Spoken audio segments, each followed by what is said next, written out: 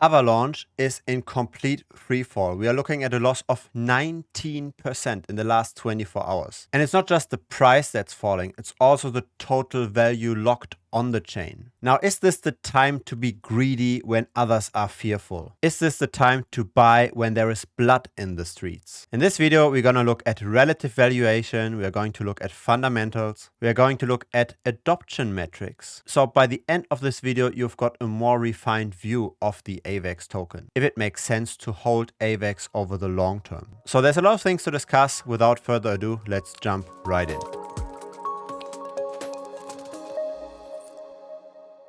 Hi. So Avalanche is having a pretty hard time recently. We are looking at a drop from top to current prices of 84% roughly. Had you invested $1,000 just a few months back, you would now have $160 left. Now, these kinds of fluctuations are not unique, right? We've seen something pretty similar here from the February of last year to the summer of last year, a pretty similar drop. Now, had you bought here in the summer of last year, you would have gotten a pretty nice gain, right? More than a 10x rally from this bottom over here. Now, is this the time again to pick up the pieces and buy when everybody is so fearful? Now, this is probably no news to you, but the entire crypto market is having a pretty bad time right now. What I like to look at is a measure called total 3. So that's the cryptocurrency market cap minus Bitcoin's market cap and minus Ethereum's market cap. So you're looking at the market cap of all the altcoins, and that's total 3. And the issue here is that we are falling below one of the most important supports. We are now even lower than the level in July 2021. And it's hard to find another support over here, right? Because we pretty much shot straight up in 2020.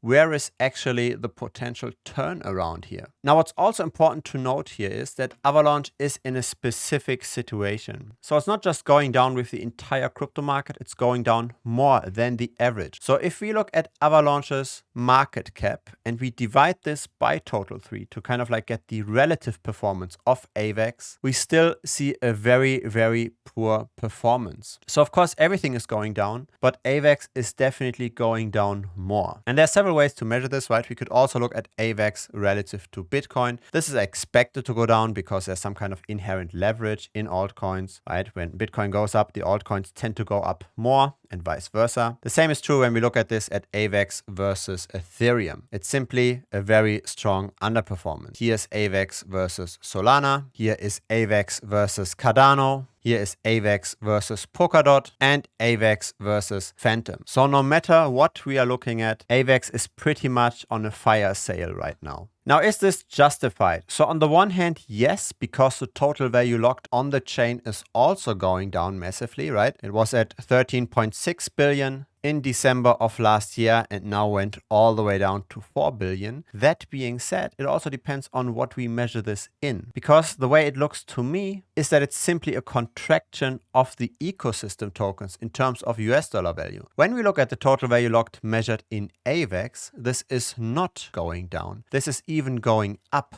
Does this mean that adoption is still increasing? Well, yes and no, because the problem is Avalanche has a pretty high inflation rate. So new tokens get issued pretty quickly, meaning the price tends to decline when more and more supply hits the market, right? According to Messari.io, the current inflation rate of Avalanche is 26% per annum. And that's very high for an altcoin. Altcoins in general do have higher inflation rates than Bitcoin or Ethereum because they are still growing ecosystems, but the inflation rate of Avax is definitely higher than usual. And that's a problem in this currently bearish situation, right? When there's not a lot of demand, but at the same time the supply increases that quickly, that's a recipe for capital destruction. Your inflation rate should somewhat reflect the growth of the ecosystem, otherwise the token value is declining. And that's what we currently see with Avalanche. Now I want to show you something here. This is again Avalanche in US dollars, and you might have noticed there is a moving average over here, right? This blue moving average, it's the 18-day moving average. Why did I choose that? It's because of a back test that I've done. Here, so let me show you this. This is an Excel sheet starting in September of 2020 all the way to the 27th of April of this year. And with this Excel sheet, we can do a simulation of buying and selling the Avax token depending on whether or not the price is above or below a moving average. Thus, we can find out what's the best duration for a moving average. Because when we take these moving averages, right, we could take a shorter duration and then have all kinds of noise and sometimes be bullish, sometimes be bearish, or we could take a very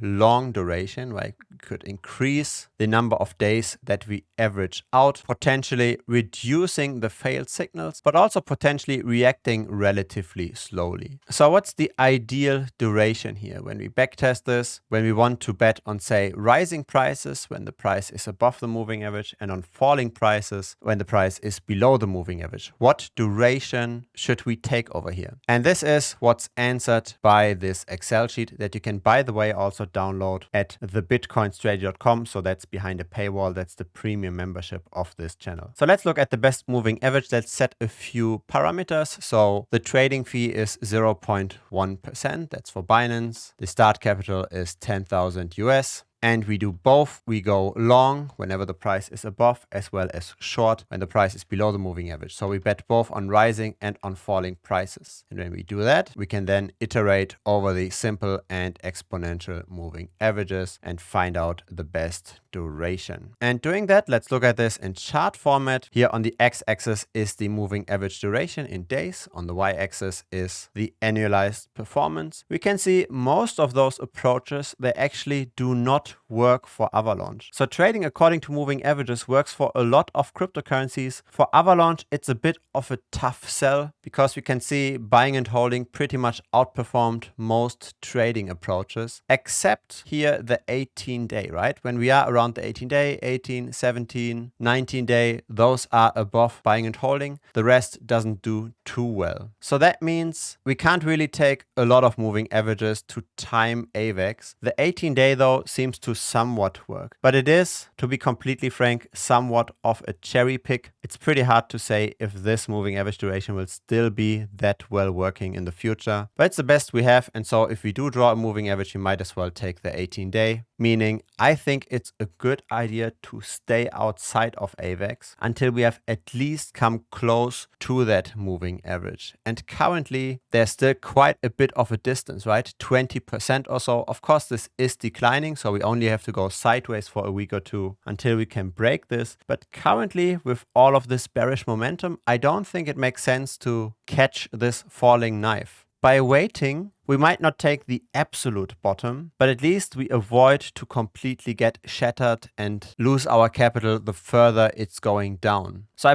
I like to move with momentum, right? I like to buy when prices tend to rise and I like to sell when prices tend to fall. Currently, the overall momentum, the overall discussion around crypto isn't bullish at all. Most people are pretty bearish. People talk about a 20K Bitcoin potentially. And when Bitcoin goes down that much, then Avax is probably not going to stay at its current value either. So I'm not saying it will happen, but what I am saying is it doesn't make sense to go completely against the masses if the current momentum is that negative, that bearish. I personally, by the way, I do like Avalanche. I do like the ecosystem. I like that it's EVM compatible. I like the gas fees are relatively low. And I also buy into the story that more and more market share will get taken away from Ethereum. This here is a chart that shows the total value locked based on each different blockchain. And in blue here, the major part here, this is of course Ethereum. So currently 64% of all total value locked is in Ethereum. Avalanche is at 4.2%. The Binance Smart Chain is at 8.2%. So I do buy the story that over time, due to the high gas fees, more and more money is likely going to flow out of Ethereum. But I also like, at least in the short term, to ride the waves. And even though comparatively speaking, the market cap to total value locked isn't that expensive for Avax, the current situation coupled with the high inflation rate, I think is pretty dangerous. Why not wait for a week or two, see where it goes, goes. If it falls further, then great, we can buy it for even cheaper. If it doesn't, if it stabilizes, even better, because then most of the direct sells, maybe due to stop losses or due to forced liquidations, they might be over. That's at least how I see it. I like to be somewhat risk averse, if you can say something like this, right, when you're invested in crypto. I simply think it makes sense to always measure the potential risk when looking at the reward. Now, if this is your first time here and you haven't yet subscribed, feel free to do so because I do publish videos regularly. And if you want to ask me any questions directly, or if you want to get the best back-tested moving averages for other cryptocurrencies, then feel free to check out the premium membership. More information is over here in this video. Hope to see you in that video, and thanks for watching this one. Bye bye.